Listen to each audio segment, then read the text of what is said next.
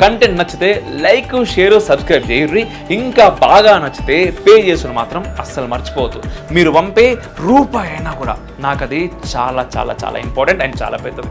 మహాకవి బృహత్ ద్విసహస్రావధాని అవధాన సరస్వతీ పీఠం అధ్యక్షులు బ్రహ్మశ్రీ డాక్టర్ మాడుగుల నాగఫణి శర్మ గారిని తమ అనుగ్రహ భాషణం ఇవ్వవలసిందిగా కోరుతున్నాం. శ్రీ మహాగణాధిపతయే నమః. ఐం మహాసరస్వత్యై నమః. శ్రీ గురుభ్యో నమః. వామే భూమి సుతా పురశ్చ హనుమాన్ పశ్చాత్ సుమిత్రాసుతః శత్రుఘ్నో భరతశ్చ పార్శ్వదళయోః వాయువాదికోణేషు చ సుగ్రీవశ్చ విభీషణశ్చ యువరాట్ తారాసుతో జాంబవాన్ మధ్యే నీలసరోజ కోమల రుచిం రామం భజే శ్యామలం. కృష్ణావతారములో యశోదాదేవి ఊయల ఊపుతున్నదట బాలకృష్ణుణ్ణి. పిల్లలకు ఏదో ఒక కథ చెప్పాలి కదా. ఆమె ఒక కథ మొదలుపెట్టింది. రామో నామ బభూవ అని పలికాడు పిల్లవాడు. రామో నామ బభూవ తదబలా సీతేతి. ఆయన భార్య సీతాదేవి అని ఉండేది అన్నాడు అబ్బాయి మళ్ళీ. తదబలా సీతేతి తౌ పితుర్వాచా పంచవటీ తటే విహరతః. వాళ్ళిద్దరూ తండ్రి గారి ఆజ్ఞను పరిపాలించి అరణ్యంలో తిరుగుతున్నారు. తౌ పితుర్వాచా పంచవటీ తటే విహరతః తామాహరద్ రావణః. రావణుడు అనే ఒక రాక్షసుడు వచ్చి ఆమెను అపహరించుకుని వెళ్ళిపోయాడు అని ఇంక కథ చెప్పబోతూ ఉన్నది ఆమె. ఈ మాట అనగానే కృష్ణేనేతి పురాతనీం నిజ కథాం ఆకర్ణ్య మాత్రేరితాం. కృష్ణుడు తల్లి చెప్పినటువంటి తన పురాతన కథను తానే విని ఆయన అవతారం మర్చిపోయాడట. సీతనెత్తుకుపోయారు అనగానే సౌమిత్రే క్వధనుర్ధనుర్ధనురితి ప్రోక్త గిరఃపాంతువః. ఆ పిల్లవాడు లేచి నిలబడి ఉయ్యాలలో నుంచి లక్ష్మణ ఏది ధనుస్సు అందుకో ఇలాగా అన్నాడట. ఏది ధనుస్సు ఏది ధనుస్సు అన్నాడు. సౌమిత్రే క్వధనుర్ధనుర్ధనురితి. ఆ ధనుస్సుకు ఎంత ప్రాధాన్యం ఉన్నది అంటే ఆయన సీతాదేవిని ఎత్తుకుపోయాడు రావణాసురుడు అని అనగానే అవతారమును కూడా మరచిపోయి తన బాల్య స్థితిని కూడా వదిలిపెట్టి వెంటనే లక్ష్మణ ధనుస్సు ఏది అందుకో అని లేచాడు. అటువంటి నేను లోకరక్షణ పరుడైనటువంటి సీత అంటే సమస్త జీవరాశి సీతాదేవి. రాముడు అంటే పురుషోత్తముడు, ఆయన పరమాత్మ, మనమందరము జీవాత్మలమే. సీతాదేవి అంటే జీవుడికి ఏ కష్టం వచ్చినా రక్షించేటువంటి వాడు భగవంతుడు. భగవాన్ అంటే 6 దివ్య గుణములు కలవాడు. ఐశ్వర్యస్య సమగ్రస్య యశసః కీర్తేః. ఇటువంటి జ్ఞాన వైరాగ్యయోశ్చైవ. జ్ఞానము, వైరాగ్యము, ఐశ్వర్యము, వీర్యము, జ్ఞాన, ఇవన్నీ 6 దివ్య గుణములను భగః అన్నారు. ఇవి కలవాడు భగవాన్. ఎవరో ఏదైనా అంటే ముడుచుకుపోయి తిరిగి ఏమీ చేయలేనివాడు భగవంతుడు కాదు. సర్వశక్తిమంతుడు భగవంతుడు. ఇందాక రామ అని చెప్పారు సాయికుమార్ గారు. ఆయన స్వరధీర గంభీర సాయికుమార. రామ అందరూ చెప్తూ ఉంటారు రామ అనే పదము. ఓం నారాయణాయ నమః అన్న దాంట్లో 2వ అక్షరము రా తీసుకున్నారు, ప్రాణాక్షరం. అది తీస్తే ఏమవుతుందయ్యా? నారాయణాయ అన్న దాంట్లో రా తీసేస్తే నాయనాయ అని మిగులుతుంది. నా అయనాయ, ఇది దారి కాదు, నీకు దారి లేదు అంటే రా అంత ప్రాణము. నారాయణాయలో రాదీస్తే నా అయనాయ. నాణ్యః పంథా అయనాయ విద్యతే ప్రజాపతి. మనకు వేదంలో ఏం చెప్పాడు? నా అన్యః పంథా, ఇంకొక దారి లేనే లేదు నాయన, ఇదొక్కటే దారి నీవు భగవంతుణ్ణి చేరుకోవడానికి అన్నాడు. అందువల్ల అది రాకు అంత ముఖ్యత్వం ఉన్నది. నమశివాయ చూద్దాము. ఓం నమశివాయలో అక్కడ కూడా రెండవ అక్షరం ప్రాణాక్షరం అది తీశారు. మహా అనేది తీసేశాడు. న శివాయ అని అర్థం వస్తుంది. మహా తీసేస్తే న శివాయ, శివం అంటే శుభము మంగళము భద్రము అంటే నీకు సుఖానికి శుభానికి కాదు నాయనా, ఇది వదిలిపెడితే నీకు సుఖం లేదు శుభం లేదు అన్నాడు. ఆ రెండు తీశారు రామః అని.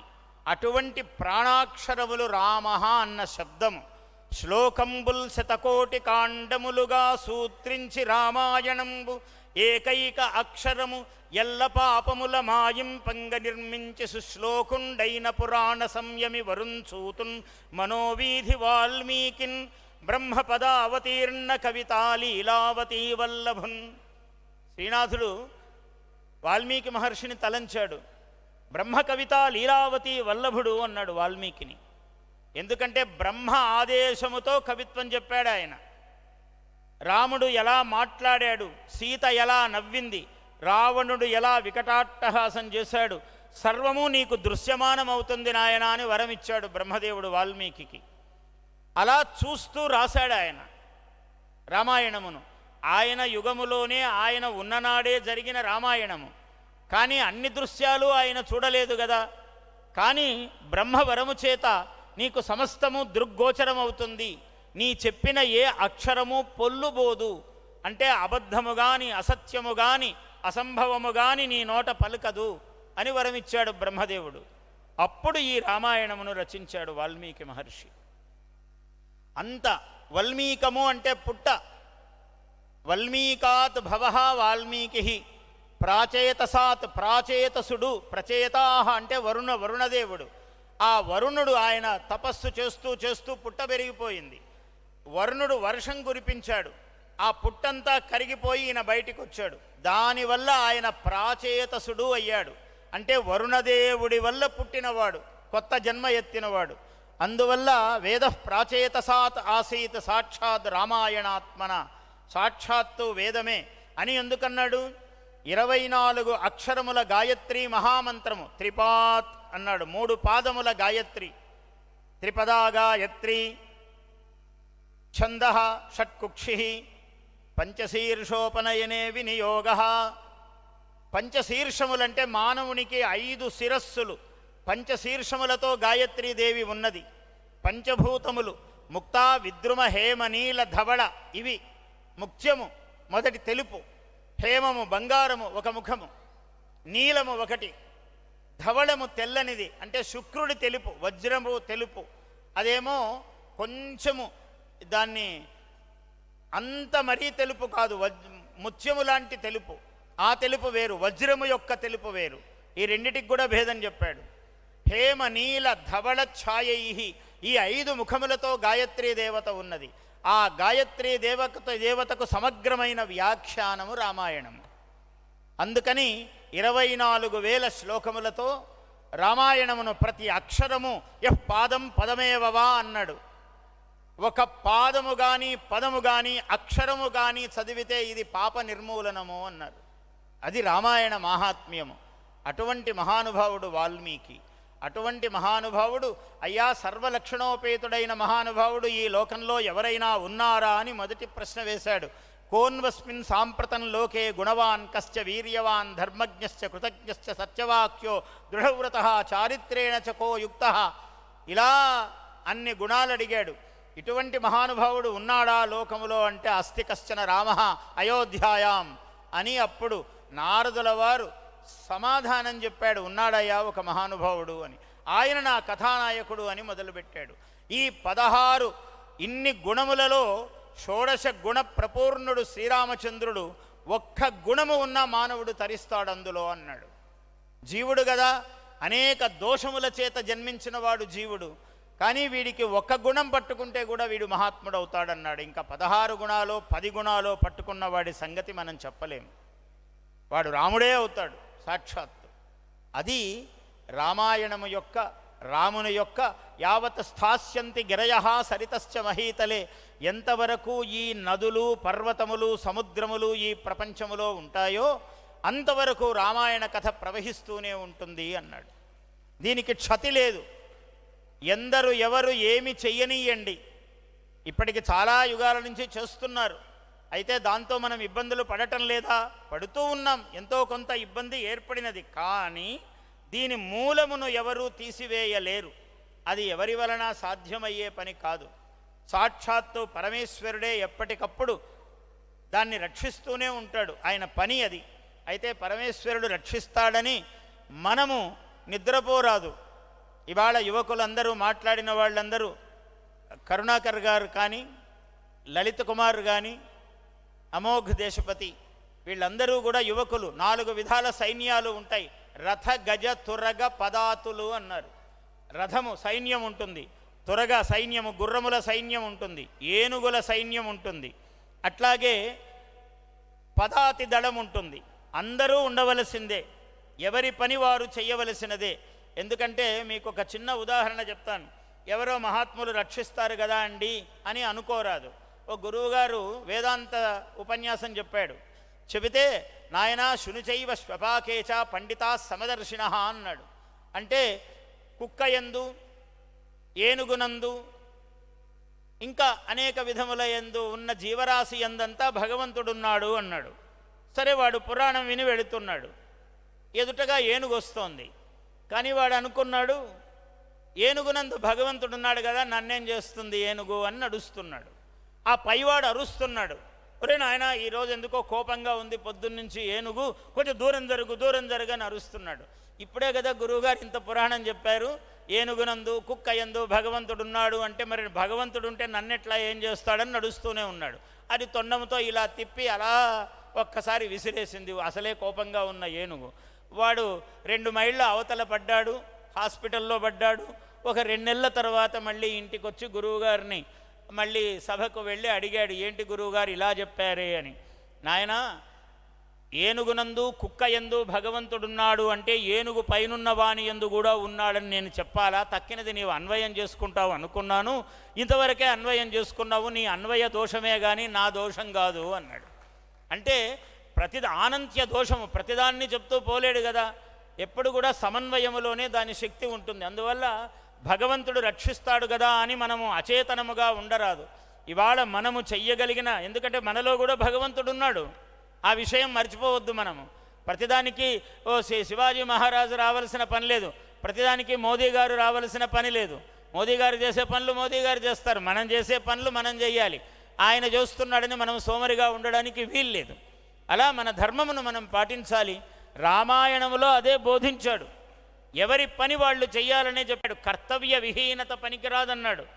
ఎవరో తెలియకుండా దాన్ని పట్టుకొని రామాయణంలో కౌసల్యా సుప్రజా రామ పూర్వా సంధ్యా ప్రవర్తతే అన్నాడు.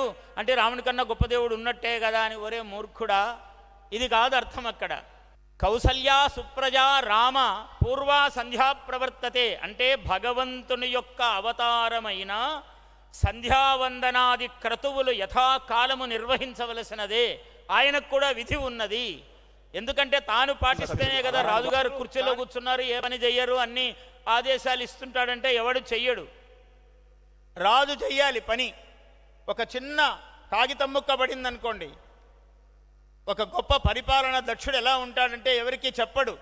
ఈ కాగితం ఇక్కడ పడింది అని వంగి తీస్తాడు. తీస్తే సార్ మీరు తీస్తున్నారని 10 మంది వస్తారు. అది అడ్మినిస్ట్రేషన్. అలా భగవంతుడు ఎప్పుడూ అలాగే ఉంటాడు. ఆయన కర్తవ్యాన్ని నిర్వహిస్తూ ఉంటాడు ఎప్పుడూ అని. నహి కశ్చిత్ క్షణమపి జాతు తిష్టతు అకర్మకృత్ అన్నాడు వేదంలో. పని చెయ్యని వాడెవ్వడూ ఒక క్షణం కూడా ఈ ప్రపంచంలో బ్రతకవద్దు అన్నాడు. చాలా తీవ్రమైన మాట. నహి కశ్చిత్ క్షణమపి జాతు తిష్టతు అకర్మకృత్. ఎవడైతే చెమటలు చిందించడో వాడు ఈ భూమి మీద అన్నము తినడానికి అనర్హుడు. నేను విశ్వభారతం అని సంస్కృతంలో ఒక మహాకావ్యం రాశాను ఈ మధ్య. మోహన్ భాగవత్ గారు వచ్చి ఆవిష్కరించారు అవధాన సరస్వతీ పీఠంలో. 3 సంవత్సరాలు అయింది. దాన్ని తెలుగులోను హిందీ భాషలోను అనువాదము చేశాము, అయిపోయింది. అది ఒక 1 నెల రోజులలో ఆ కావ్యము బయటికి వస్తుంది.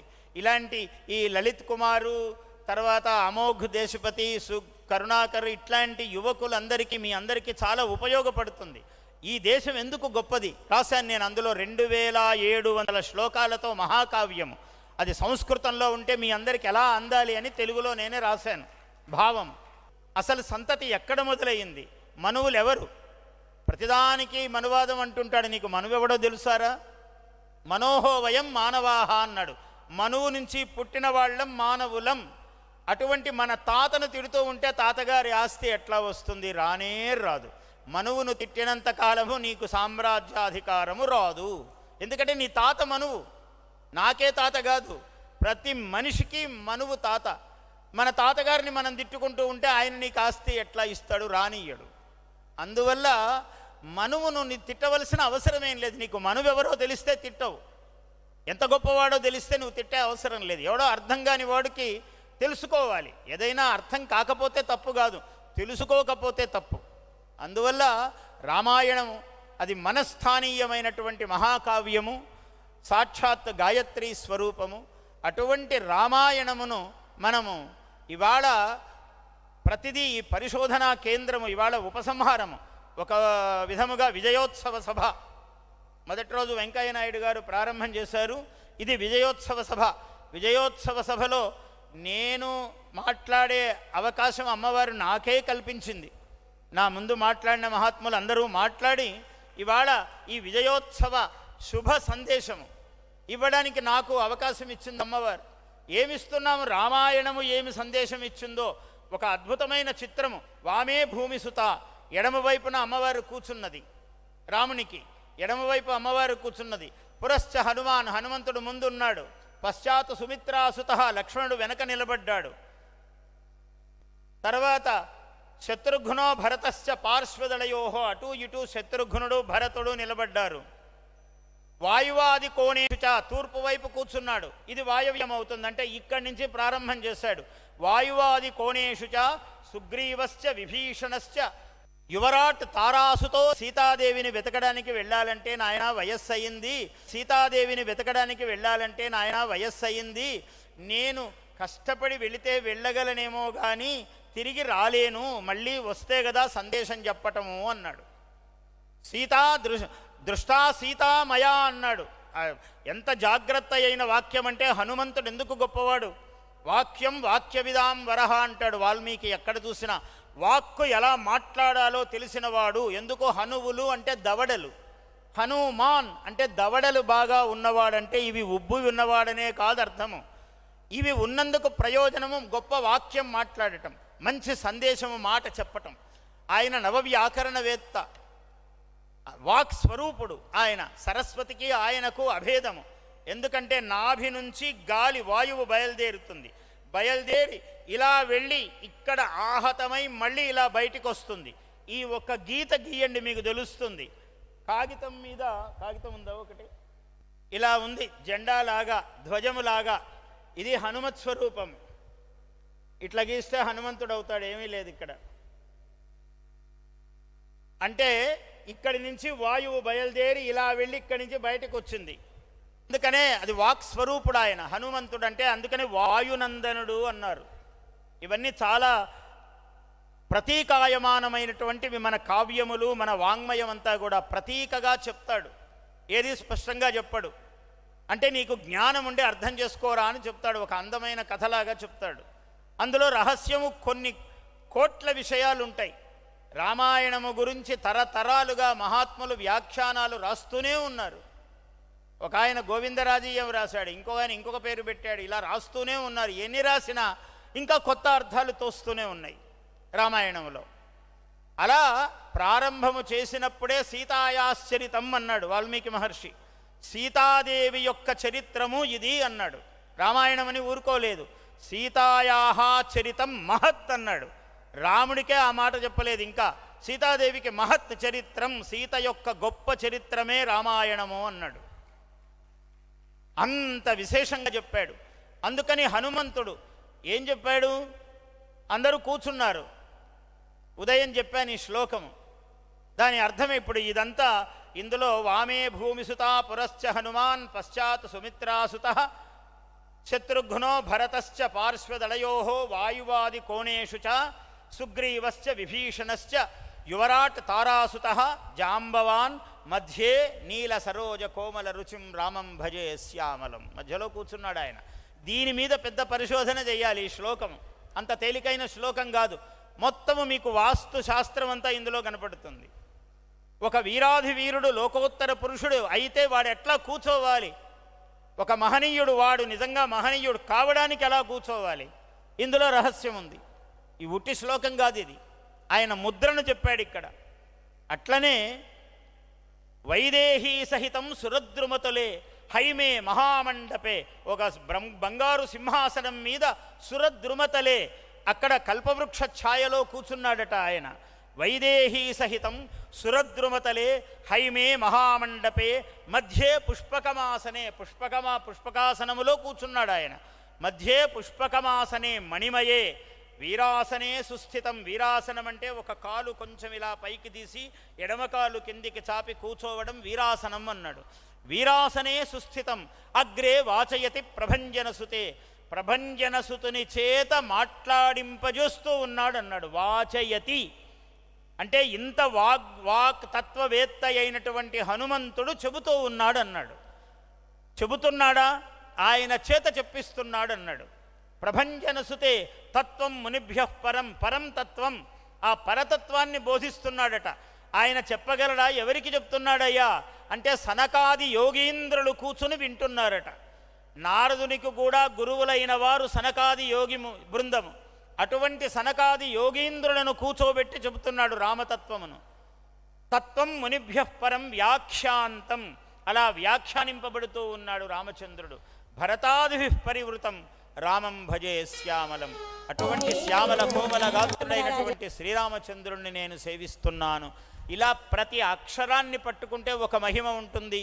దాన్ని పరిశోధన చేసి ఇవాళ ప్రపంచానికి అందజేయవలసినటువంటి అవసరము భారతీయుడైన ప్రతివాడి మీద ఉన్నది. మన జాతీయ సంస్కృత విశ్వవిద్యాలయము, ఈ రామనారాయణము ఇద్దరూ కలిసి ఇక్కడ ఈ రామాయణ వాల్మీకి రామాయణ పరిశోధన కేంద్రమును ఒకదాన్ని ఏర్పరచి, ఇది ఈ 4 రోజులుగా చతుర్విధ పురుషార్థాలు ఎలా ఉన్నాయో అలా ఈ 4 రోజుల కార్యక్రమం నాకు ఇంకొకటి కూడా అనిపిస్తుంది. 26 నుంచి 29 దాకా పెట్టారు.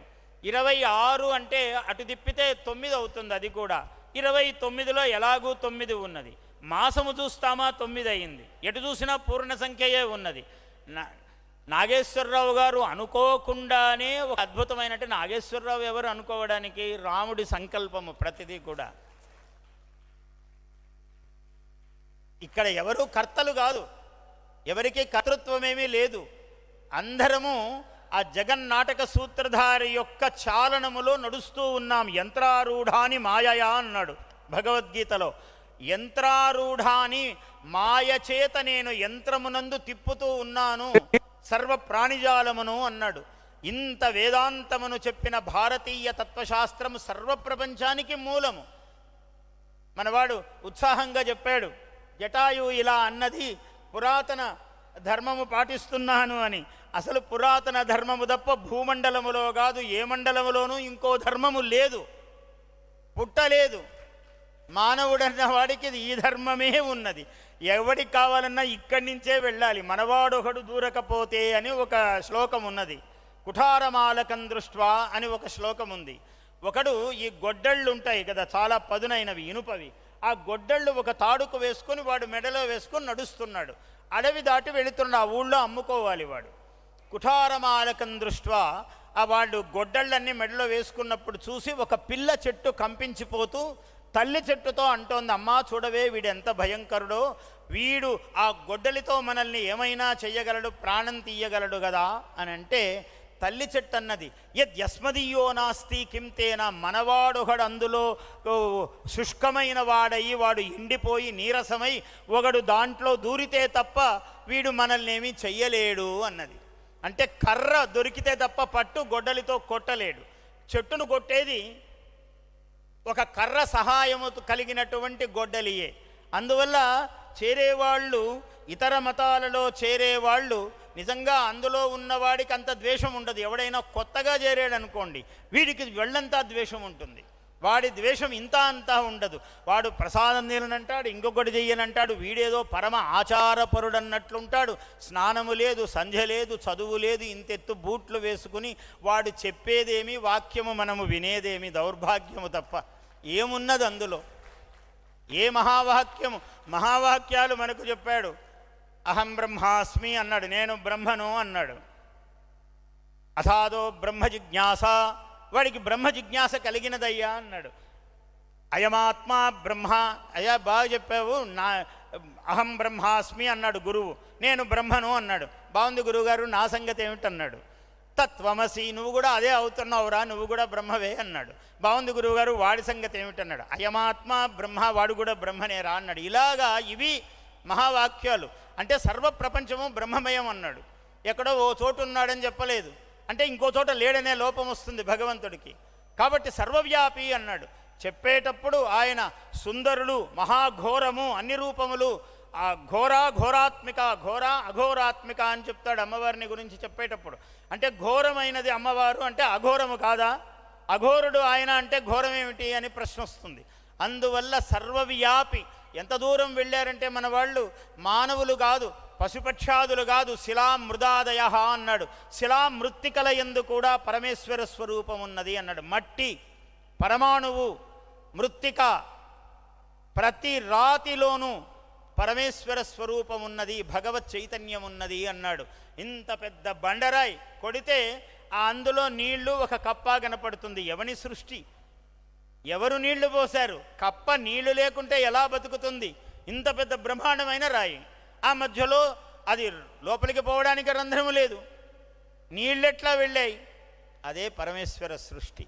అందువల్ల చరాచర జగత్తు రామచంద్రుని యొక్క తత్వముతో ఈ లోకమంతా కూడా సర్వం రామమయం జగత్ అన్నాడు. రామం అంటే రమణీయము, ప్రియము. ప్రతి ప్రాణికి నీకు తెలియకుండానే వెంకటేశ్వరుడి దగ్గరికి ఎందుకు పరిగెడతాడయ్యా కలియుగములో అంటే, వెంకటేశ్వరుడు 7 కొండల మీద కూర్చున్నాడు. నీ శరీరంలోనే 7 కొండలు ఉన్నాయి. మూలాధారము నుంచి చూస్తే ఇక్కడికి వచ్చేటప్పటికి సహస్రారమునకు 7 ఉన్నాయి. నీకు దానికి అనుబంధం ఉన్నది, అందుకని నువ్వు పరిగెత్తిపోతావు. తోస్తే పక్కకు పోవు, చూస్తూనే ఉంటావు. ఏమి ఆకర్షణ అంటే ఇదే రహస్యము. ఆ వెంకటేశ్వరుడు నీలోనే ఉన్నాడు, నీలో ఉన్న స్వామిని అక్కడ చూస్తున్నావు. ఇంతింత పెద్ద పెద్ద రికమెండేషన్లు తీసిపోయి అక్కడికి పోయి కళ్ళెందుకు మూసుకుంటావురా నాయన అంటే, నీకు తెలుసు తత్వం. భారతీయుడికి కళ్ళు మూసుకోమని ఎవరు చెప్పలేదు.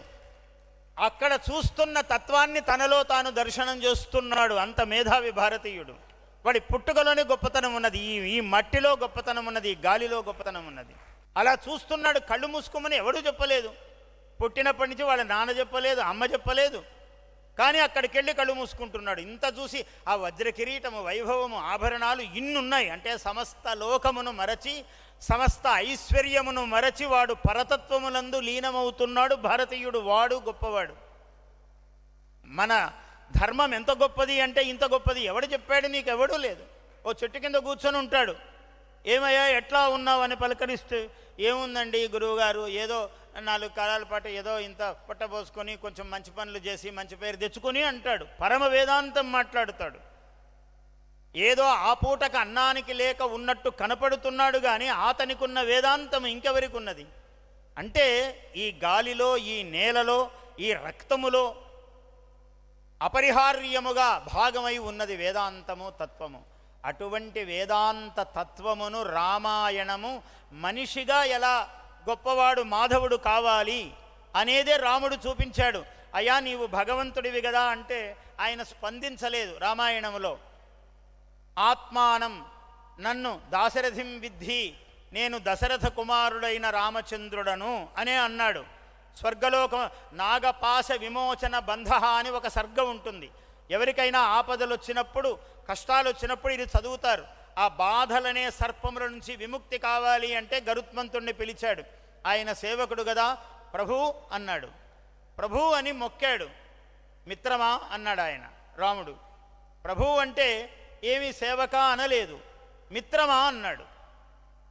అంటే నేను పరమపురుషుణ్ణి కాదు, ఇక్కడ అవతారాంతరములో రాముడుగా ఉన్నాను అనే చెప్పాడు తప్ప, ఎందుకంటే ఇంత కష్టం ఎందుకు పడుతున్నాడు ఆయన? ఇలా అంటే అయిపోతుంది మొత్తం. అలా అనలేదు. ఎందుకనలేదంటే మనిషికి ఆదర్శము కావాలి. మానవుడు ఎట్లా గొప్పవాడు కావాలి, కష్టాల నుంచి ఎలా తరించాలి, వాడెట్లా రాజ్యాధిపతి కావాలి, సామాన్య మానవుడు ఎలా ధర్మాధిపతి కావాలి, అది చూపించాడు ఆయన. కాబట్టి తాను స్వయం ఆచరిత్వా తాను ఆచరిస్తేనే ఒకరికి చెప్పగలవాడు అవుతాడు. అందువల్ల రాముడు అటువంటి మహాధర్మమును పరిపాలించినవాడు. అటువంటి మహాత్ముడైనటువంటి రాముని యొక్క చరిత్రము ప్రపంచానికి ఎవరు చెప్పినా, ఎవరు అపవ్యాఖ్యానాలు చేసినా, నేను అనేక సభల్లో చెప్పాను. ఆమె మహాతల్లి, ఒక ఆమె ఏమి చేసింది, పేరేమో రంగనాయకుడి స్వామి యొక్క పేరు పెట్టుకుంది మహాతల్లి. విషవృక్షము రాసింది, ఆమెకు అర్థం కాలేదు. చాలామందికి అర్థం కావు, అట్లనే ఆమెకు కూడా అర్థం కాలేదు. రాముణ్ణి దారాహ్ పితృకృతాయితి అని ఉంది రామాయణంలో. ఎందుకయ్యా సీత అంటే అంత ప్రేమ రామచంద్రుడికి అంటే, పితృకృతాయితి, పితరులు పెద్దవాళ్ళు చేశారు. ఎవరు? విశ్వామిత్ర మహర్షి, వశిష్ఠ మహర్షి, తర్వాత జనకుడు, దశరథుడు, ఇంతమంది నిర్ణయం చేశారు. అందువల్ల ఇష్టం అన్నాడు. ఆమె అందగత్తె అని, ఐశ్వర్యవంతురాలని, ఈ కారణాలు తర్వాత ఇవన్నీ ఉన్నాయి. సీతాదేవికి మహాలక్ష్మి స్వరూపిణి, ఎన్ని కావాలో అన్ని గుణాలు ఉన్నాయి. కానీ మొదటి కారణం ఏమిటంటే దారాహ్ పితృకృతాయితి. దారాహ అంటే భార్యలు అని అర్థం. ఆమెకేం భాష తెలియదు, జ్ఞానము లేదు. సంస్కృతంలో దారాహ, పుంభూమిని దారాహ అన్నాడు. అమరంలో నిపాతము శబ్దం అది. దారాహ అంటే ఇది పుంలింగములో ఉంటుంది ఈ శబ్దము, ఇది ఎప్పుడూ నిత్య బహువచనాంతము అన్నాడు. వ్యాకరణ శాస్త్రములో దారాహ, ఈమె నా భార్య, అయం దారాహ, ఏతే దారాహ అనాలి. పుంలింగములోనే చెప్పాలి. ఆ శబ్దము స్త్రీలింగంలో ఉండాలి కదా భార్య అనేది. కానీ దారా శబ్దము వాడితే పుంలింగంలోనే ఉంటుంది, అది బహువచనాంతముగానే ఉంటుంది. ఒక భార్య గురించే చెప్పడం, కానీ ఆ శబ్దం వాడితే బహువచనంలో చెప్పాలి, ఒక ఆమె గురించే చెప్పాలి. ఇది రహస్యం. ఇది తెలియక దారాహ అని వాల్మీకే రాశాడు, చాలామంది భార్యలు ఉన్నారు రాముడికి అని మన అజ్ఞానము మీదేసుకోవటం. ఇలాంటివి చిన్న విషయం చెప్పాను. ఇట్లా ప్రతి అడుగునా వాల్మీకి మహర్షి యొక్క రచనలో కనిపిస్తాయి, మహాద్భుతాలే ఉంటాయి. ఓ మహాపర్వతము ఒక మహాసముద్ర గర్భంలోకి వెళితే, ఇప్పుడు సముద్రం ఎవడు చూశాడు పూర్తిగా? ఏదో మనం పేర్లు పెట్టుకున్నాం, ఇది హిందూ మహాసముద్రము, ఇది ఇంకో సముద్రము, అది ఆ సముద్రము, ఇది శాంత సముద్రం అని నువ్వు పేర్లు పెట్టుకున్నావు తప్ప సముద్రం అంతా ఒకటే, రామాయణం అంతా ఒకటే. ఎవడెక్కడ దిగాడు, ఏ మూలకు దిగాడు, ఆహాహా నేను లోపలికి దిగాను అనుకున్నాడు ఒక పండితుడు.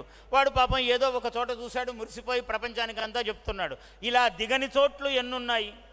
అసలు అంత లోతులకు వెళ్ళారా ఎవరైనా? రామాయణం అటువంటిది, భారతం అటువంటిది, భాగవతం అటువంటిది. ఎవ్వరికీ కూడా అంతు పట్టనివి. ఎన్ని యుగాల పాటు చెప్తూ ఉన్నా కూడా ఇంకా చెప్పదగిన అనేక రత్నాలు, మణులు అందులో ఉండనే ఉంటాయి. ఇవి మన భారతీయ సనాతన ధార్మికమైనటువంటి విద్య. అందువల్ల ఇటువంటి దానికి ఇక్కడ అద్భుతమైన శ్రీకారము ఏర్పడి ఇవాళ ఇంత గొప్ప కార్యక్రమం ప్రారంభమవుతుంది.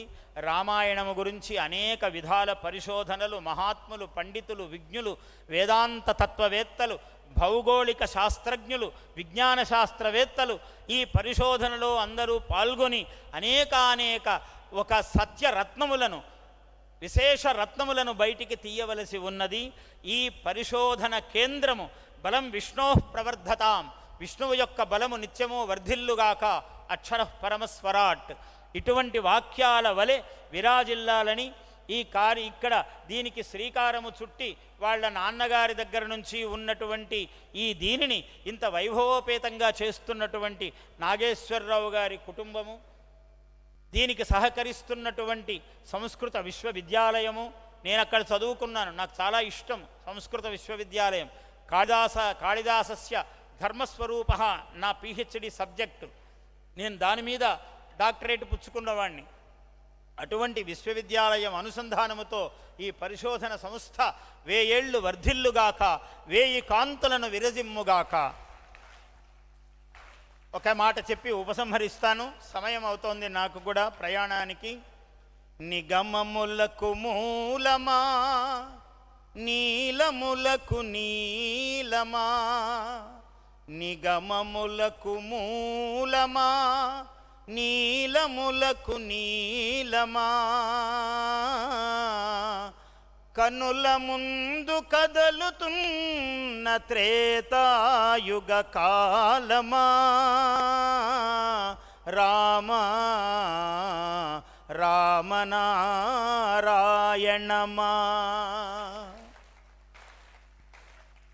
మళ్ళీ త్రేతాయుగము నాటి మహాధర్మములు ఈ ప్రపంచమునందు స్థాపింపబడుగాక, సత్యమునకు జయమగుగాక, సనాతన వేద ధర్మమునకు నిత్య సత్య జయమగుగాక. జయోస్తు. స్వస్తి ప్రజాభ్యః.